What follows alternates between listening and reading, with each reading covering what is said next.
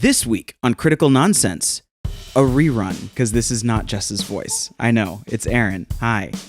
So what we wanted to do, as we are all taking a little bit of maybe a break, we certainly are over at Critical Nonsense, is to replay some of our favorite episodes.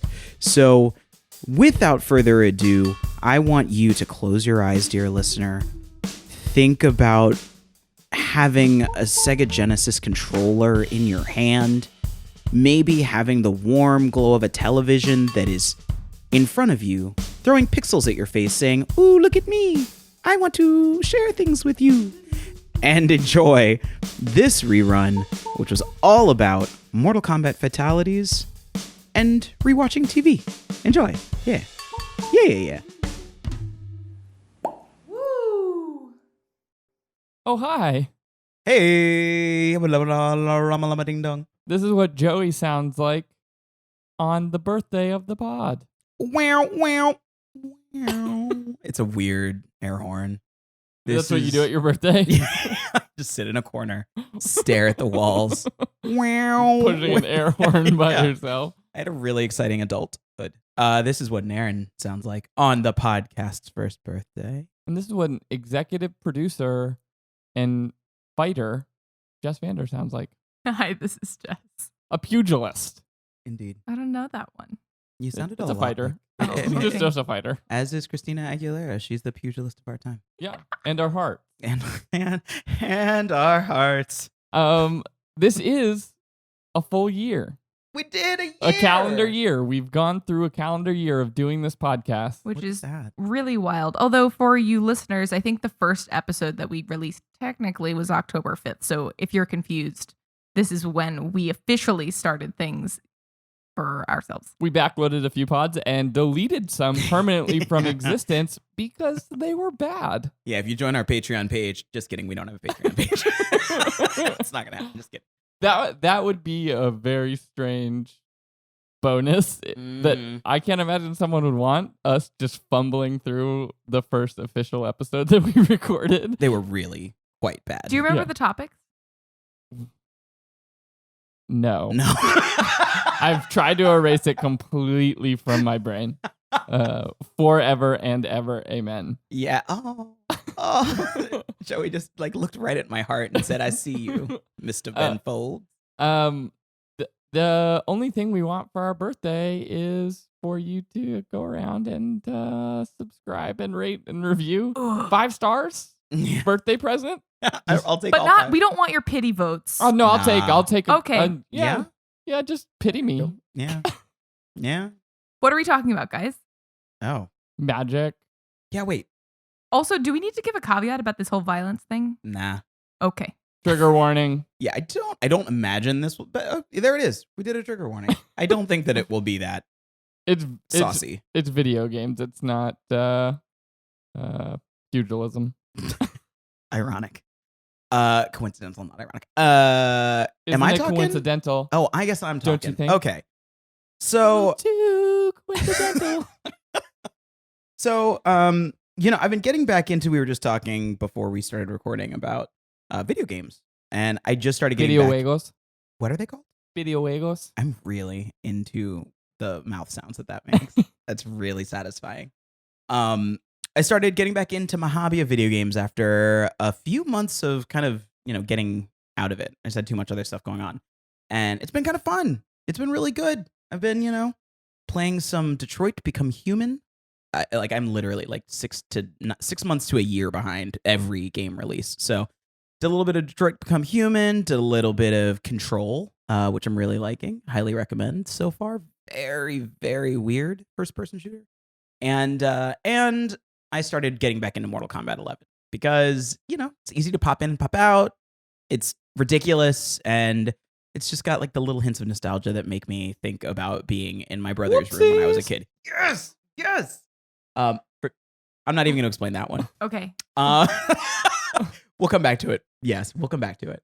But as I've started getting back into Mortal Kombat 11 again, because they announced this whole DLC, the downloadable content pack that has all these new characters. They've got characters from the canon of Mortal Kombat, as well as Terminator is going to be a character that you're able to play as. Spawn, Joker from Batman. Like, it's pretty wild how they have expanded Mortal Kombat to bring in all these other quirky horror icons. We can call them that. Horror, not horror. Indeed. Yes. Indeed. Yes. So that took me down a rabbit hole of going back to the 1995 Mortal Kombat movie, which like sort of kind of holds up. Like Christopher Lambert, Highlander, like he did a great job. Just track with me, guys. They announced the Mortal Kombat reboot. So they are rebooting the movie, and the director hopped on Twitter and said, unlike the 1995 PG-13 version, this new version is going to be rated R, and the fatalities are going to be shown on screen for the first time. What is a fatality? Jess shouts from a mountain windswept with tears frozen to her cheek. Cheek? Chic? Chic. Or her chic. Chic cheeks. Yes, there we go. Chic. For those who don't know, a fatality in Mortal Kombat is a finishing move that is very, very hyper violent, and it's sort of what put the game on the map when it first came out. And there are things like, let's rip someone's head off and have their spinal cord dangling, or rip their heart out of their chest. But they've gotten just casual things. Yeah, exactly. Pull the heart out from the chest while it's beating. Yeah. And they've gotten progressively more gruesome as graphics have gotten so much sharper. So they've never shied away from getting more and more visceral with the viscera, if you will. It is Mortal Kombat. So. This is true. And so all of this has gotten me to one beating question in my heart. What do Mortal Kombat's fatalities tell us about the American psyche in 2019? That's not a loaded question. Certainly, there's not much here to touch on. The important first thing I want to address is that you mentioned Mortal Kombat canon, and I think anything that any like arena game franchise entertainment product that introduces the word canon to it just like takes it to a whole new level. Like people are so serious about it. Like they introduce in this downloadable content pack that you brought up, it'd be like, Scorpion had a sash on his right arm, and people be like, sash is not part of canon of Scorpion's outfit. Like, this is actually a great example because Sub-Zero, there are like 3 or 4 different Sub-Zeros. Like there's actually an uncle and a brother, and there's one that was a Lin Kuei warrior that turned into one of the robots of Cyrax or Sector, and that's like a whole weird thing because they're robot Lin Kueis from a different dimension. Like it is really out there. It's well, like Sub-Zero, not the refrigerator we're talking. Correct. Okay. It's Scorpion with ice powers. No, it's fun. Scorpion is also not a bug. This is gonna be, and I'm actually very happy that Jess is here for this in particular because I big fan of Mortal Kombat, big fan of video games. I think it's important that we have somebody explaining what the hell we're talking about. What even is Mortal Kombat? Like, no offense, but I don't know anything of the canon and would not be able to pick apart a thing. It's a punchy-kicky. In short, that's it. Yeah, but there are so many games like that. It's a 2D side-scrolling punching fighting game. It came out in 1990. Oh, these dates are going to be a little bit off. 1. It was like 90. I think 91. In the arcade verse. Yes, and then Mortal Kombat 2 came out in 92. And so it is like this. It was a phenomenon because of the time that it hit when console gaming was starting to grow. It became a title that everybody wanted, so it just became like this. It became a phenomenon in that regard. The violence was a huge thing. It was showing blood flying around the screen. From a technological perspective, it was one of the first games that took photos of people and digitized them into the action. So it wasn't just sprites moving around the screen. It was actually digitized blue screen photography that people were like moving around and kicking and punching and ripping out each other's skulls. Yeah. I mean, I think the thing about Mortal Kombat and this question in particular that I find sort of interesting is because to partly answer your question and partly answer your question, Aaron, Jess and Aaron, I'm just pointing. You and you. You and you. The Mortal Kombat has none of the story in the game. Like Yes. all of that tangent that Aaron just went on about, like the origins and the different Sub-Zeros and all of this different thing. The game is just like pick a character and go do punchy-kicky, right? Like it's B button brawling. Just keep tapping B and see if you win. I mean, it's definitely much more than that, but like that you can just go in and just like pound buttons and see what happens. But people like, I think a lot of the canon is based on fan fiction that was then adopted into canon, right? Yes. So people, this question of like the violence, like the game is just like pure violence. It's just like go in, punch and kick, and then at the end, you know, you won and you kill someone. Like that's basically the game in like a tournament style format. But the story was like fans needed to put that story on, probably so it was more than just the violence. And like even the people who are like deeply embedded in the franchise and love it and all of those things that would know the canon had to have that as part of the experience to make it more meaningful. Okay, so if this is what got people really into this game in the early 90s, then what's so important about it still being violent and just better resolution now? Yes. Oh, this is the question, Jess. I don't know why I turned into... Always Scottish. Yeah, a little bit, right? Like, I'm from that part of the country. So, one thing that is really weird is that, I mean, like, the violence is one thing when it is these, like, animated red things that just sort of fly around on screen. But with each console generation and each increase in resolution, it became a really easy way to tell how good the graphics on a new system were, because it's like, oh, I can now see, like they went through a whole phase where they were three-dimensional fighters. Yeah, polygons. Yeah, and so it's like, I think that was in the PS1 era, maybe even a little bit into PS2. And so it's like, oh, you can move around. Oh, these things like lighting and textures. And then it just kept getting more and more like gruesome. And if you look at the sort of timeline, like that's 1990 to 2019. We've gone through 11 Mortal Kombat games, like official Mortal Kombat games. There's like MK Special Forces, there's Sub-Zero Mythologies, there's some weird spin-offs that are just bad. You should definitely watch the intro to MK Special Forces with Jax doing like a, I don't know, Austin Powers intro to a fighting. It's really, really bizarre. Jax has one robot arm. Yes, Jax is a boxer who, he's a Marine? He's a military man who has cyborg arms.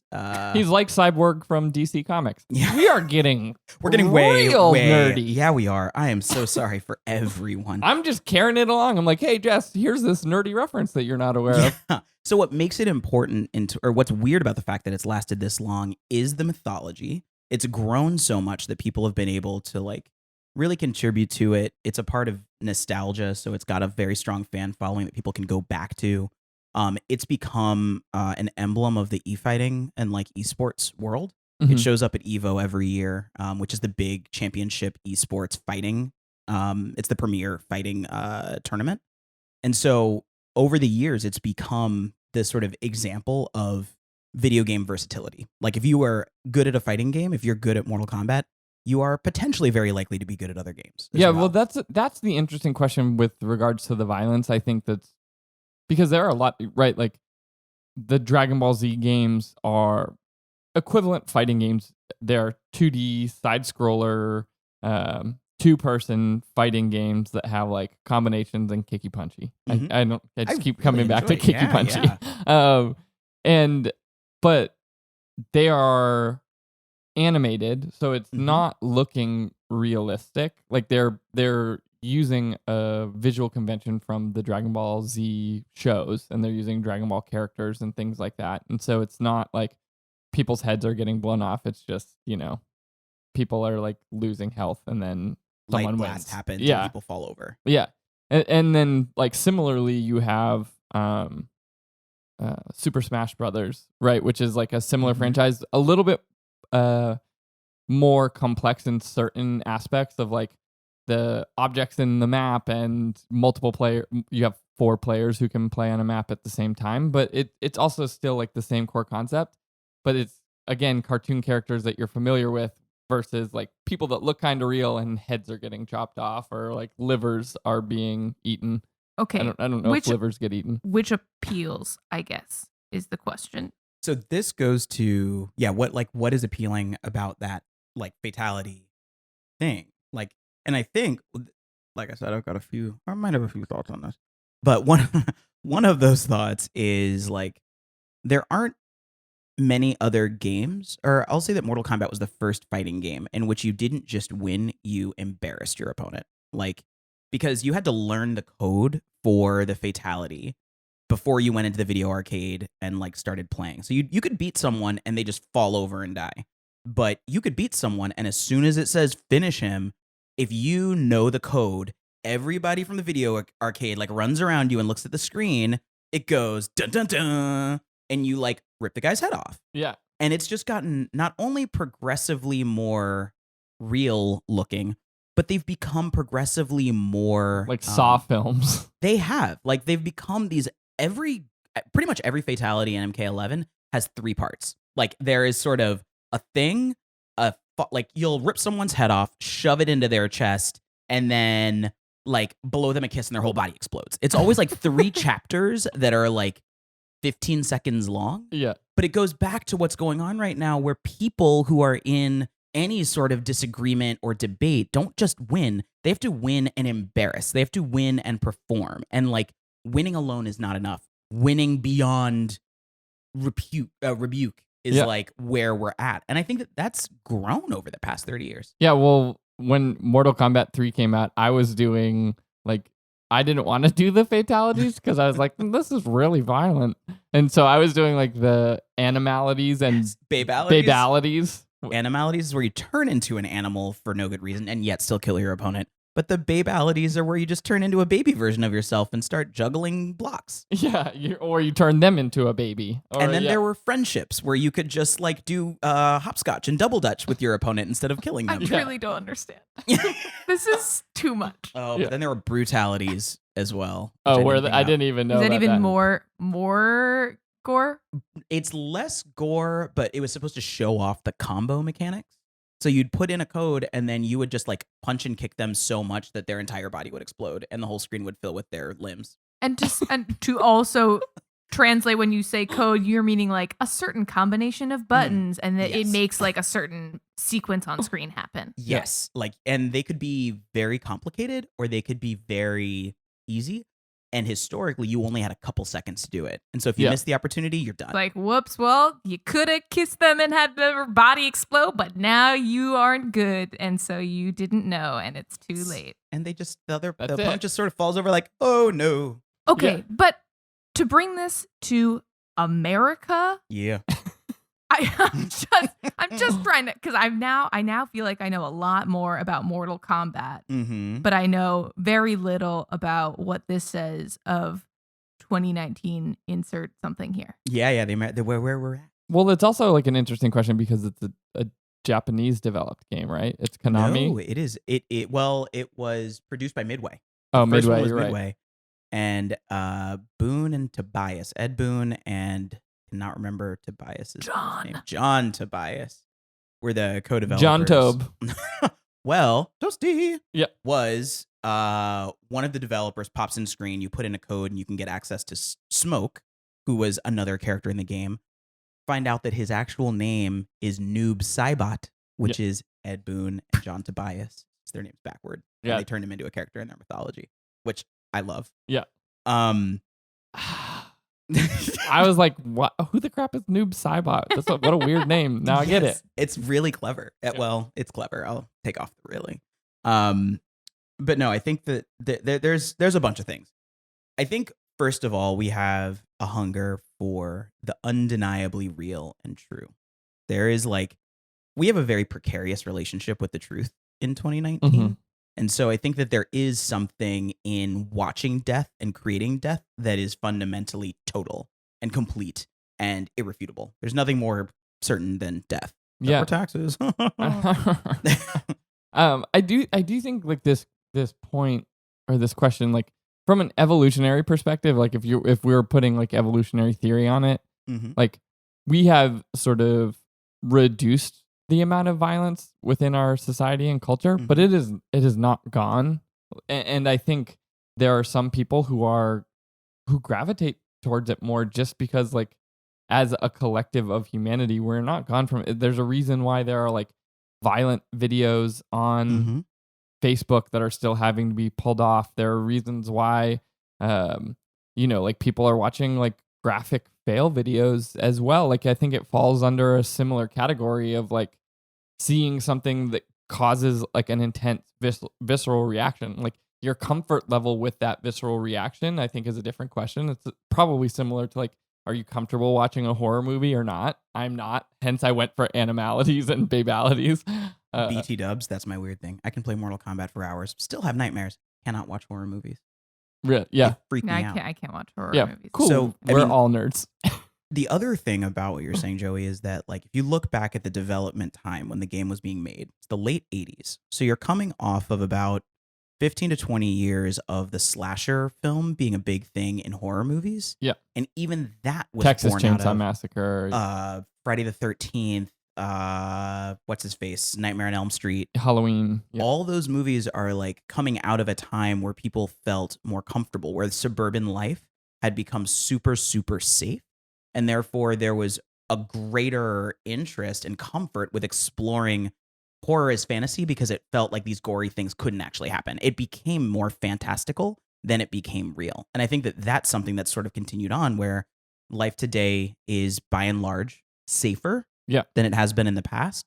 And so that sort of gore and horror is something that you're just not going to see. Yeah. In the suburban aspect of what you just said is really interesting because the suburbanization of America also tracks really cleanly with the growth and popularity of the NFL, which is effectively America's, gladiator ring, right? Yes. Like, I mean, that's what it is. It is by far the most violent sport and has become less violent, by its own standards, but it's still, I mean, hockey is pretty violent as well, but that is still like the popularity of the NFL grew with suburbanization of America, where things became safer and you got more distance from your neighbors and you weren't encountering even just everyday violence of like bar fights and things like that on the same rate that you were in the past. And there's an interesting aspect of that I sort of intuitively buy into. I don't know if that's accurate, but like it feels accurate to me what you're saying. And it seems like we do have like a comparison. I'm thinking of the gladiator analogy. It's like there is wonder and spectacle in violence that people like. There's a reason that the gladiator arena was literally a spectator sport. Yeah. Like it was like, whoa, what's going to happen next? And this sort of like, this sensation. Drag race fans will know that. I think is something that comes through as well in this Mortal Kombat thing where it's like, there's all this violence and there is just an underlying thing of like, it goes back. I mean, we've had this conversation about sports, seeing like in theory, human or alien bodies do things that aren't physically possible, make like warp shields and green goo and spit acid and then do these crazy fatalities that like are just outlandish. There is spectacle to that. That is fundamentally about the audience. Yeah, the other part of this is desensitization, right? Like this is the 11th Mortal Kombat, right? Yeah. Like they have to, when you played all 10 that came before it, right? You need the next one to be doing something new and a little bit further to still get that reaction. So it makes sense from each one after the other. It became more graphic and more, gory and violent because they were, they all of a sudden they have a captive audience that is playing each one that they're putting out. And so they have to do something for that group that is now desensitized to the level of violence that came in 10 or 9 or 8. And so they have to go a little bit further. Yeah, and luckily, if technology is keeping pace, you can see just a little more detail of a droplet of blood next the shadow time. under the droplet of blood as it falls to the ground. Right, Which marrow sticking out of the rib cage that's been split open. I mean, it gets in there. But or out of there. what's interesting about that to me is that contrasting with gladiator times, which were a celebration of sort of like masculine strength and like, Roman heroism. In this case, it's it's interesting the types of things that, Mortal Kombat 11 is celebrating. Like, part of it is, wow, how amazing are we at technology in video games, right? Yeah. Like, this is so crazy how real and visceral this is compared to, I'm sure if you back to back put it next to the 92 release, it's like that. It's almost like when you see that the first movie of that train, when people were it felt like it was coming right at me, and you show it to people today and we're like, is what this are you done yet? what are you talking about? That doesn't look at all like a train is coming at me. Yeah. And it's because our standards are so much higher for what realistic feels like. And I think there's something important about how that realism shows up in a video game where you have control of the character. Because there's one thing, which is the creators are capturing like real physics, like the way that the body moves in a truly awesome way. Like, it's really, really cool. Mm-hmm. But in a gladiator arena, it allows you to do what all sports kind of promise as a spectator, which is that you get to use a team or a fighter in an arena as your avatar and your champion to do something for you. Whereas in a video game, you are controlling it. Like, you are your avatar. You are the one that is doing the punching and kicking. And so the fusing of yourself with that superhuman or super monster thing is, I think, much tighter, and like makes that experience and the victory that you're celebrating potentially more pure or more passion driven. Mm-hmm. Yeah. It is also, as it's become more graphic, I think there have been, and please correct me, like fewer actual human characters, right? So like a lot of, or sort of like plausibly deniable human characters, like humanoid, but not actually people. So then it's a little bit easier to, rip the second pair of arms off of Shiva. Yeah. No, you're right. And they're getting into elder gods. So when you start bringing in more elder gods, like you're talking about like characters that are manipulating time or are manipulating the earth, and that's their battle, or people who come from like who are like cross hybrids with bugs and like run around and like capture you in a web like Devora does. So yeah, they've introduced a lot of non-human characters to make it a little bit less realistic. Yeah. Let's all just fight each other to the death right now. Yeah, maybe it's that we all secretly just want to punch and kick each other. Punchy-kicky. And it's allowed in a game that is now extremely gory and detailed, and that is terrifying. I don't know how I feel about that. Yeah, but we should all go see the reboot together. As someone, if you've never even heard of Mortal Kombat and made it to this point in the episode, tell us what you think, because I'm curious. Truth. Yeah, and come watch the movie with us. Yeah, actually, we might as well just do that. We're going to do a critical... Oh, God, if I say it on the podcast, it's going to happen. Yeah. A critical nonsense Mortal Kombat viewing excursion? Yes! I think this could be a thing. Mystery Science nerdy. Theater 3000. Oh, Lord. Hold on. Rubber bubby baby bumpers. They are buggy baby bumpers. They are buggy baby bumpers. Buggy baby bumper baby. Papa-lapa. Kapow. Aaron. What's up, man? I think so. I always come into these when I'm second and I'm like, well, surprisingly, these are connected. But I think it's just like your brain automatically finds like how they're related. And there is sort of a thread between your topic and mine, although mine will probably be more wholesome. Hopefully. A lot less violent. Brought to you by Just Banter. Yeah. So I, with the new baby and work and all your new baby, my new baby that I birthed from my bottom. Nope. Nope. That's just nope. That's where babies come from. I guess she's not that new anymore. She's 8 months. Yeah. She's like trying to walk and Practically stuff. ancient baby. Honestly, old that's dumb as baby. old as babies get, because then they don't become babies anymore. That is true. As soon as you get over that. Your baby is over the hill. Yeah. Oh my God. Over the baby hill. Super depreciating in value. No,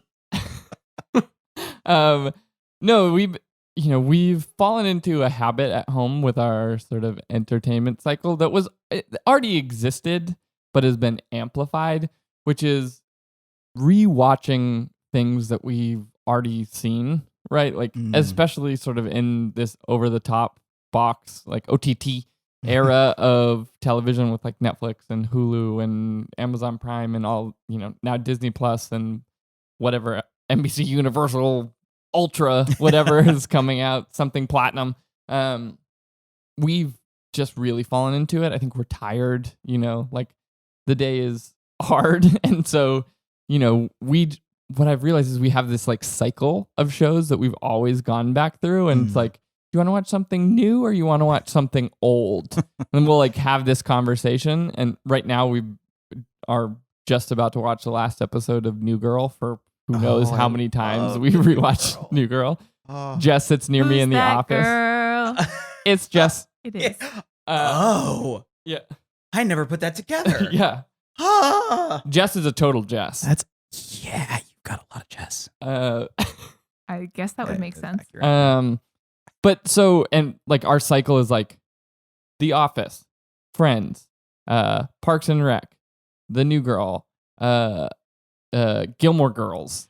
And so I've just been going through it and I'm realizing like as this behavior, as my life has gotten a little bit more stressful or a little bit more tiring, this behavior is amplified. And I'm realizing like what I'm doing is like looking for comfort at the end of the day and something familiar that is not challenging, that it feels like I'm going to a place where everybody knows your name. I do have a friend who's been rewatching Cheers also. Yeah. And so the question for me is, as the world has changed and things are faster and all of the things we always talk about and we all feel every day, what is the future of television when we're looking for comfort in the familiar instead of new excitement? So I became extremely obsessed with a show on Netflix called One Day at a Time. When it was maybe like a year ago, I binge watched the entire I remember thing. you talking about this, but I don't remember what the show is. So it's about... It was like a teen drama, right? Oh, that's Elite, which is coming back on Netflix. Oh my God, I think it's back this week. Oh, there goes my weekend. No, so this is a multicam sitcom by Norman Lear that follows a Cuban-American family, Cuban-American family in California, I want to say.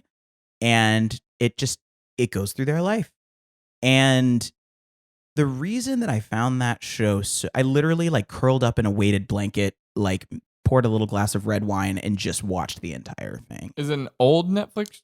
It is an old show that Netflix got or a Netflix original? It is a remake of an old show that is, a very, very different remake. But they use all of these classic sitcom cues to give the viewer a sense of comfort. The multicam sitcom, like having these sets, not a laugh track, but a live audience laughing with like at very punctuated points. And it's no coincidence that it came from Norman Lear. Like he pioneered that style of television. And so I think that One Day at a Time is a great example of how we can use a lot of the semiotics of classic TV to convey that comfort.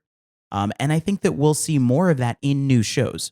We'll see people, while they need to and have a craving for prestige TV like Game of Thrones, really intense Westworld, like things that are just like fundamentally like challenging as a viewer. I think that we're going to see other things that are taking pages from different animation playbooks and different live action playbooks from bygone eras to like drive that sense of comfort and keep new content relevant. Yeah, I mean, I think all of that is true. I think there's like additional aspects too of life stage can't be ignored. And that, and sort of in my own question, I was wondering if it's just like my life stage that is driving that. But Jess has found an article yesterday that she sent when I shared the topic, and it seems like Zennials or whatever the Gen Z is called now is also doing the same behavior. So I don't think that it's unique to the life stage. And what feels, I think the challenging aspect is 100% true. Like, it's hard to watch 2 episodes of Westworld in a row, or certainly more than 2, right? Like, there's so much happening and you're needing to process. Same with like Stranger Things. Like, we usually watch 1 episode, maybe 2. Yes, actually, the last week I think on multiple occasions, opened up Netflix, looked at the, sort of like the top screen where it's like, there's a new Stranger Things out. I'm like, oh, I've been meaning to watch that. And then I go back to trying to finish Frasier. Which which I recommended by Sarah. Sarah Gilbert, baby, I hear the... of production. Exactly. Of Critical Nonsense production help. But she recommended that I watch it, and it is just so great. I don't even have any nostalgic feelings from having watched it when it came out, for obvious reasons, because, baby. But no, it's great. I bought Designing Women on DVD 2 weeks ago.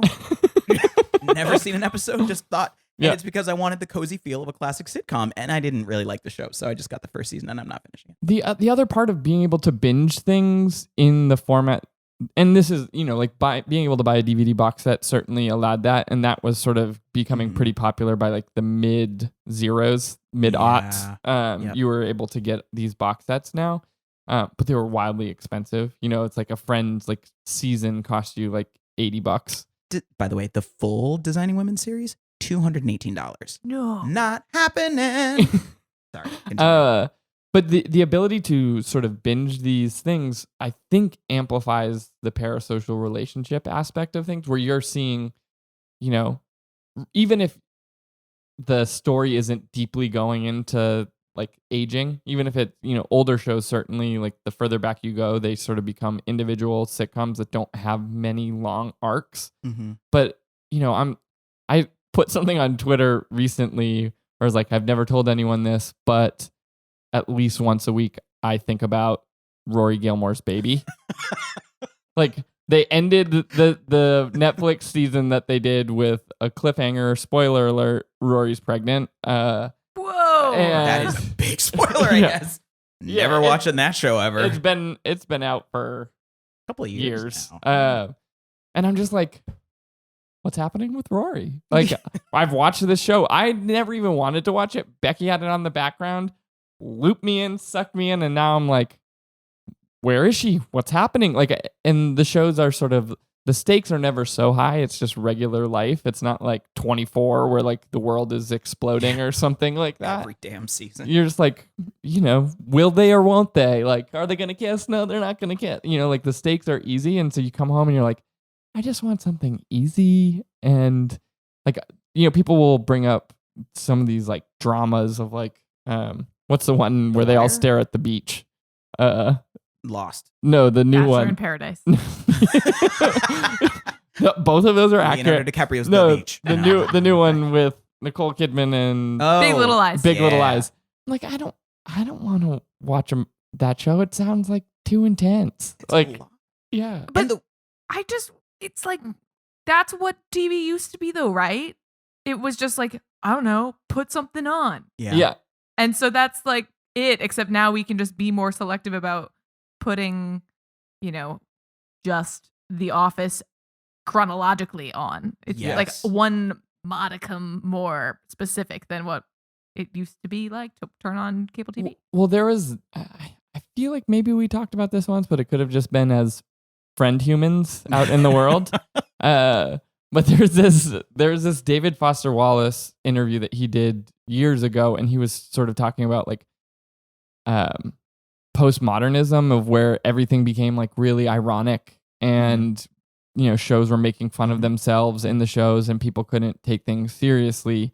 And what's been interesting in this new wave of things happening is a lot of the shows that people are getting really into and going back and rewatching were the shows that weren't postmodernist. Like, they were earnest. Like Parks and Rec, The Office. The Office is the most watched show on Netflix, and it takes itself seriously. It's not like trying to hide from its emotions, and it's not trying to pretend like it doesn't care. It's not ironic.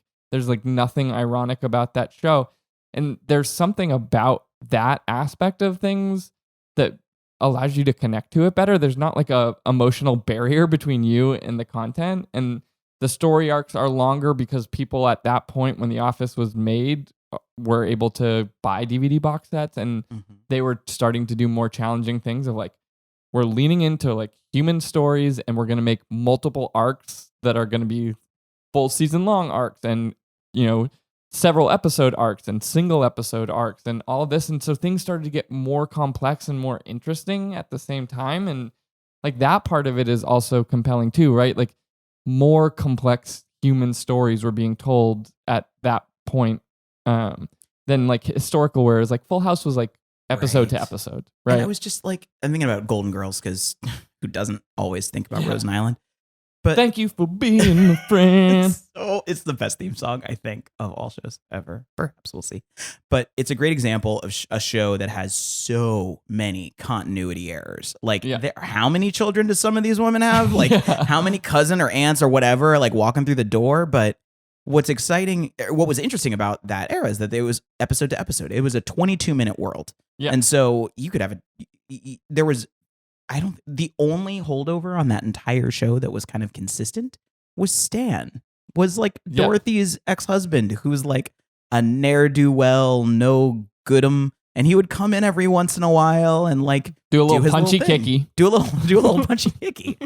And then you're totally right. You compare that, which went off the air, I think, in 1992 or 91, and you start to look at The Office and a lot of the shows that then started to grow. Lost is another like great example of shows that allowed themselves to be very creator run, but then also to essentially make themselves like longer movies rather than 22-minute chapters of something. Yeah.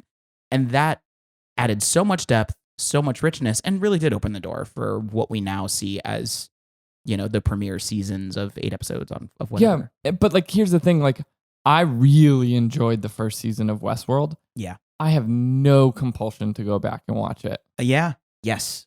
Yeah, I agree with that. You're like same with Stranger Things. Like I thought it was brilliant. Like I really enjoyed it. It was such like compelling story and cinematography, and just like the construction of the whole thing was wonderful. I don't want to go back and watch the first season. Well, that's what's so interesting about like the future of that business, right? Because if the business model will get the most monies from like The Office being extremely like the number one cost factor for Netflix, like trying to renew that is extremely expensive. It's like, why is everyone making these really challenging movies if all we want is just to like veg out with simple, comforting, homey feeling things? Yeah. I will rewatch Big Mouth. Yeah, oh my God, I love Big Mouth so much. I mean, there is like, and Big Mouth actually does have a pretty long arcs. Like there's a lot of story going on there. But, to pick on Netflix for a minute, they're putting out Stranger Things, but they're also putting out Nailed It. And like, I love watching me some Nailed It. Yeah. I could watch Nicole Byer talk about shitty cakes all day long.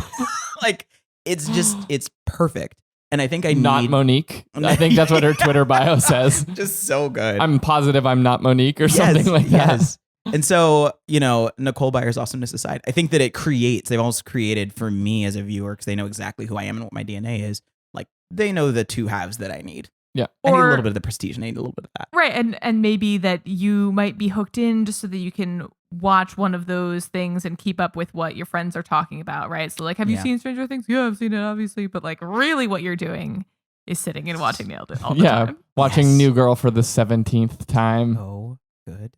And they won't judge you because, that's how they make money. That's true American. That's true. What it's like, some counting and then JFK, FDR. JFK, RFK, FDR. Right? I got lost. I don't know what's happening. True American. I don't know what True American is. That's why I got lost. Okay. Yeah. We will add the link in the show notes, but it is the game that they play on New Girl that there are alcoholics on that show. There are. Yes. They're just straight up alcoholics. And also, it's something, no one knows exactly how the game works, but the floor is lava. Yep, the floor is lava. Yeah. The other thing I'll say that article that Jess shared, and we can close this up, brought up was a quote from Bojack Horseman, which is one of Netflix's more successful shows, which I didn't know. It's the 15th most watched show on Netflix. Wow. Behind mostly at the top is like Office, Parks and Rec, Gilmore Girls, like shows like that. But there's like an opening quote from the beginning of the season because Bojack Horseman was in like a Charles in Charge type of show in that show. Horsing around. And he's like, life is hard. You're just out in the world and it just feels like life is kicking you in the urethra over and over again. And you come home and you just want to watch something that doesn't feel like you're getting kicked in the urethra. And I was like, yeah, no, that's it. That is it. I mean, a little bit more graphic, but that's the feeling, right? You know? It's true. And actually, everybody go watch Bojack. It's phenomenal. But it will depress you, just so you know. It will kick you in the urethra. Yes. Multiple times. What do we do? Okay, love you. Critical Nonsense. It's a Sylvan Labs production. Yes, it is a Sylvan Labs production that is recorded in MacGyver Studios in beautiful New York. We'd like to thank, as always, executive producer and gaffer, Jess Vander. We'd also like to thank sound engineer and occasional friend, Alex Contel. We'd like to thank designer and quirky neighbor, Nora Mestrich. Also, the way too many cooks of the production team of Sarah Gilbert, Les Jacobs, and Tony Vaughn. And as always, thanks, Lynn. Nailed it. I'd like to thank Too Many Cooks, whoever made that. Oh, yeah. We add that to the show notes, Jess. It is a short film that aired on whatchamacallit, Adult YouTube. Swim. Oh, yeah. And it is absurdist early 1990s, late 1980s intro to a sitcom gone awry. It's just like all of the sitcoms merged into one. With a serial killer that runs throughout. It's very appropriate for this episode, as a matter of fact. Too Many Cooks. Yeah. I would like to thank I'd like to thank Sindel from Mortal Kombat for making a reappearance. I love her hair, and I always wanted her hair. It grabs people and throws them around. And I'm really excited. I'd like to thank my neighbor Sean for having Mortal Kombat video games so I could play them. That's very I was more of a Nintendo guy, not a Sega guy. So. Boo. I want to thank Sonic the Hedgehog for being cooler than Joey. True. Check that out. I'd like to thank Nick from The New Girl for, basically being... What? Nick! Maybe I'm not caught Come up. on! It's Schmidt 100%! Oh. Yeah, I'll take both. I'm definitely more of a Nick, like, let's be honest. I think I like everyone on that show. Yeah. I want to hang out with And them. Winston. Yeah. Winston is His awesome. cat. Ferguson. Ferguson. I want to thank a different Winston. I want to thank Winston Zeddemore from Ghostbusters 2. Oh, they were going to thank Winston Churchill, and I was like... That would be a twist. Yeah, I was like, wow, this really got away from us. I have a lot of Winstons in my head, but Winston Zeddemore, yeah, much better. A really good Winston. Yeah. Ooh, I want to thank, I want to sort of thank, but I feel kind of weird about it.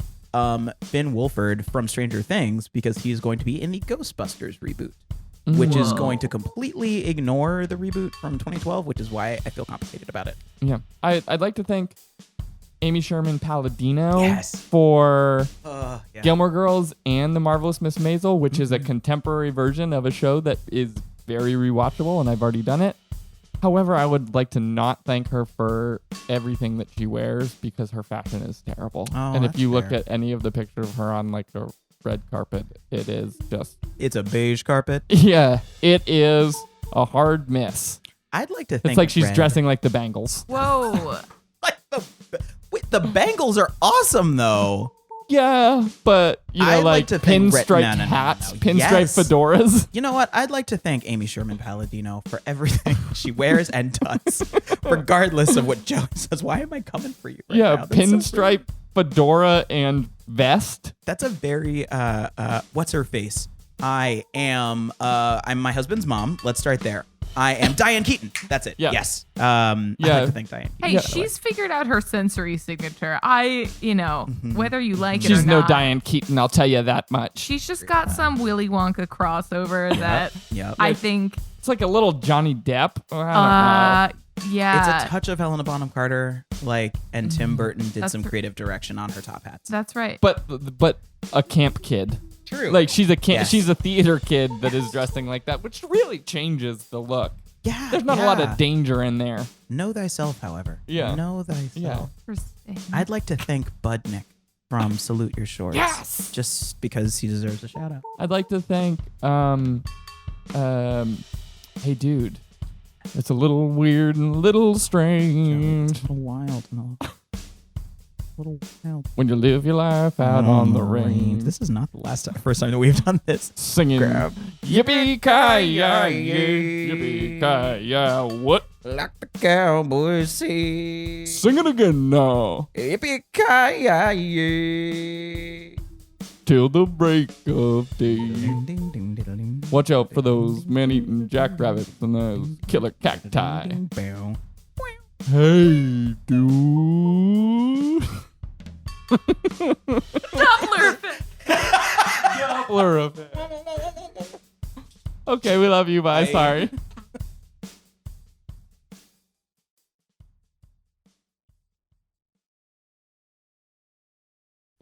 Doppler effect.